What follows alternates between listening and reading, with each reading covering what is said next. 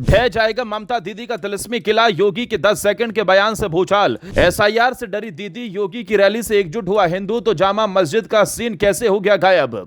जी हां, पश्चिम बंगाल की सियासत इस वक्त उबाल पर है और इस बार चर्चा किसी बड़ी रैली या लंबे भाषण की नहीं बल्कि महज 10 सेकंड की एक वीडियो की हो रही है। यह छोटा सा वीडियो इतना असरदार साबित हुआ कि चुनावी माहौल अचानक बदलता हुआ नजर आने लगा। राजनीतिक गलियारों में से एक हाई इंपैक्ट मूव के तौर पर देखा जा रहा है। दरअसल इस वीडियो में योगी आदित्यनाथ ने बेहद कम समय में ऐसा संदेश देने की कोशिश की जिसने सीधे तौर पर ममता बनर्जी सरकार को निशाने पर ला दिया। यही वजह है कि अब बंगाल की राजनीति में हलचल तेज हो गई है और मुकाबला पहले से ज्यादा आक्रामक नजर आ रहा है। सबसे पहले बात उस मुद्दे की जिसने सबसे ज्यादा सियासी गर्मी पैदा की, घुसपैठ। योगी आदित्यनाथ ने साफ तौर पर कहा कि बंगाल को घुसपैठियों का अड्डा नहीं बनने दिया जाएगा। यह बयान सीधे सुरक्षा, सीमा और पहचान जैसे संवेदनशील मुद्दों को छूता है। लंबे समय से सीमावर्ती इलाकों में यह एक बड़ा राजनीतिक विषय रहा है। इस एक लाइन ने बहस को फिर से जिंदा कर दिया और सत्ताधारी दल को जवाब देने की स्थिति में ला खड़ा किया। राजनीतिक विश्लेषकों का मानना है कि अगर यह मुद्दा जमीनी स्तर पर पकड़ बनाता है तो इसका असर वोटिंग पैटर्न पर भी देखने को मिल सकता है। यही वजह है कि अब चुनाव को सुरक्षा बनाम नीतियों के फ्रेम में पेश करने की कोशिश होती हुई दिख रही है। अब दूसरे बयान की बात करें जो विकास और रोजगार से जुड़ा हुआ है। योगी ने आरोप लगाया कि राज्य में उद्योगों की रफ्तार धीमी पड़ गई है, युवाओं को पर्याप्त अवसर नहीं मिल पा रहे और योजनाओं का लाभ सही लोगों तक नहीं पहुंच रहा। यह बयान सीधे उस वर्ग को टारगेट करता है जो रोजगार और आर्थिक स्थिति को लेकर चिंतित है। यहां दिलचस्प बात यह है कि इस मुद्दे के जरिए चुनाव को केवल भावनात्मक बहस से हटाकर विकास के ट्रैक पर लाने की कोशिश भी नजर आती है।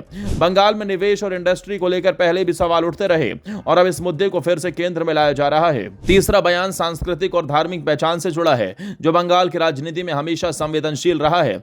योगी ने दुर्गा पूजा, धार्मिक स्वतंत्रता और परंपराओं का जिक्र करते हुए कहा कि इन पर दबाव डाला जा रहा है। यह बयान सीधे लोगों की आस्था से जुड़ता है और भावनात्मक स्तर पर असर डाल सकता है। राजनीतिक तौर पर देखा जाए तो यह एक ऐसा नैरेटिव है जिसमें संस्कृति बनाम सत्ता का एंगल सामने आ जाता है। पहले भी कई चुनाव में इस तरह की रणनीतियां असरदार रही हैं और अब बंगाल में भी इसका प्रयोग होता दिख रहा है। अब चौथा और अहम मुद्दा, महिला सम्मान। योगी आदित्यनाथ ने महिलाओं के अधिकार और सुरक्षा को लेकर सवाल उठाए और कहा कि जो भी दल महिलाओं के अधिकारों में बाधा डालते हैं उन्हें जनता जवाब देगी। यह बयान सीधे महिला वोटर्स को संबोधित करता है जो किसी भी चुनाव में निर्णायक भूमिका निभाती हैं। राजनीतिक रणनीति के लिहाज से देखें तो यह एक संतुलित पैकेज की तरह है जिसमें सुरक्षा, विकास, संस्कृति और महिला सशक्तिकरण जैसे चार बड़े मुद्दों को एक साथ जोड़ा गया, यानी हर वर्ग के लिए एक अलग संदेश तैयार किया गया है। अब अगर पूरे घटनाक्रम को जोड़कर देखें तो तस्वीर काफी हद तक साफ हो जाती है। योगी आदित्यनाथ की एंट्री के बाद बीजेपी का कैंपेन ज्यादा आक्रामक और फोकस्ड दिखाई दे रहा है। जहां पहले मुकाबला थोड़ा धीमा या एक तरफा लग रहा था, वहीं अब सीधा टकराव देखने को मिल रहा है। वहीं दूसरी तरफ तृणमूल कांग्रेस यानी टीएमसी पर दबाव बढ़ गया है क्योंकि उसे इन सभी मुद्दों पर अपनी स्थिति स्पष्ट करनी पड़ रही है। विपक्ष भी अब इन बयानों का जवाब देने और अपना नैरेटिव सेट करने में जुट गया है। हालांकि चुनावी माहौल में आरोप प्रत्यारोप आम बात होती है और हर पैटर्न अपनी रणनीति के तहत मुद्दों को उठाती है। ऐसे में असली सवाल यही है कि क्या ये 10 सेकंड का वीडियो सिर्फ सोशल मीडिया तक सीमित रहेगा या फिर इसका असर जमीनी स्तर पर भी देखने को मिलेगा।